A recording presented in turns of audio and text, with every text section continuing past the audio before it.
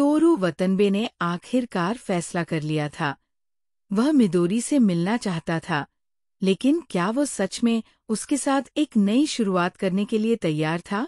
Naoko की मृत्यु के बाद वह महीनों तक अकेलेपन और अवसाद से जूझता रहा था, लेकिन मिदोरी की बातें उसके ज़हन में गूंजती रहती थी।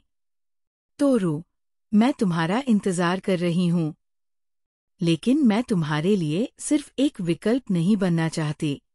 अब वतनबे के पास दो ही रास्ते थे, या तो वो अतीत में जकड़ा रहकर खुद को खो दे, या फिर मिदोरी के साथ एक नई जिंदगी की शुरुआत करे। जब वतनबे मिदोरी से मिला तो वो हमेशा की तरह हंसमुख दिख रही थी, लेकिन उसकी आंखों में कहीं न कहीं संदेह झलक रहा था। तोरू, क्या तुम सच में मेरे साथ रहना चाहते हो? मिदोरी ने पूछा।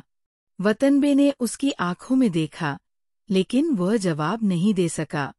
मिदोरी ने धीरे से कहा, अगर तुम्हें अभी भी नाओको की यादें सता रही हैं, तो मैं तुम्हारा इंतजार नहीं कर सकती।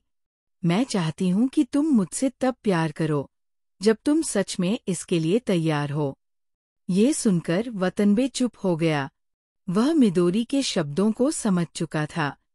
वह जानता था कि वह अभी भी पूरी तरह से तैयार नहीं था। वह टोक्यो की गलियों में अकेला भटकता रहा। उसकी आंखों में नाओको की हंसी और उसकी उदासी दोनों थी। उसने सोचा, क्या सच में कोई इंसान पूरी तरह से किसी को भुला सकता है? क्या वक्त सच में सब कुछ बदल सकता है? कुछ दिनों बाद मिदोरी का एक आखिरी संदेश आया। तोरू, मैं तुम्हारा इंतजार नहीं कर सकती। अगर कभी तुम सच में तैयार हो जाओ, तो मुझे बताना।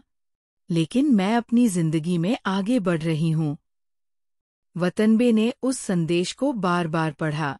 उसने महसूस किया कि शायद वो सच में हमेशा के लिए अकेला रह गया था। क्या वतनबे मिदोरी को खो चुका है? क्या वह अपनी जिंदगी में आगे बढ़ पाएगा, या फिर वो हमेशा अतीत में ही उलझा रहेगा?